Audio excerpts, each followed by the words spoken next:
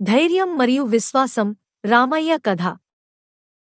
ఒక చిన్న గ్రామంలో ఒక రైతు ఉండేవాడు. అతని పేరు రామయ్య.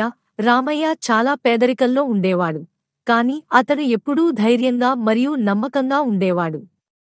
అతను తన గ్రామదేవత పైన పూర్తి విశ్వాసం కలిగి ఉండేవాడు. ప్రతిరోజూ అతను గ్రామదేవతకు పూజ చేసేవాడు మరియు తన పొలంలో పని చేసేవాడు. ఒక సంవత్సరం ఆ గ్రామంలో భయంకరమైన కరువు వచ్చింది. వర్షాలు లేకపోవడం వల్ల పంటలు పండలేదు మరియు గ్రామస్తులు బాధపడ్డారు. రామయ్య కూడా తన పొలంలో పంటలు పండలేదు మరియు అతను చాలా బాధపడ్డాడు. ఒకరోజు రామయ్య గ్రామదేవతకు ప్రార్థన చేస్తూ, ఓ గ్రామదేవత, నా పొలంలో పంటలు పండాలని నేను కోరుకుంటున్నాను. దయచేసి నాకు సహాయం చేయండి అని అన్నాడు. ఆ రాత్రి రామయ్యకు ఒక స్వప్నం వచ్చింది. ఆ స్వప్నంలో గ్రామదేవత అతనికి కనిపించి, రామయ్య, నీ విశ్వాసం మరియు భక్తిని నేను చూస్తున్నాను. నేను నీకు సహాయం చేస్తాను.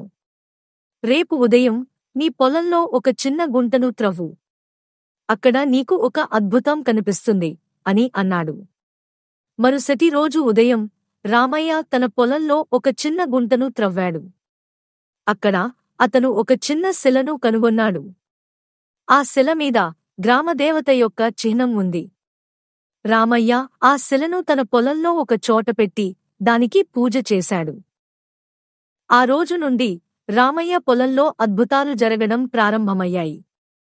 వర్షాలు కురిశాయి మరియు పంటలు అద్భుతంగా పండాయి.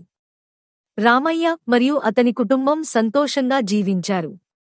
ఈ కథలో రామయ్య యొక్క విశ్వాసం మరియు భక్తి అతనికి అద్భుతమైన సహాయాన్ని పొందేలా చేసింది. ఈ కథ మనకు విశ్వాసం మరియు భక్తి యొక్క మహిమను నేర్పుతుంది. ఈ కథను చదివి మీరు కూడా విశ్వాసం మరియు భక్తి యొక్క ప్రాముఖ్యతను గుర్తించవచ్చు.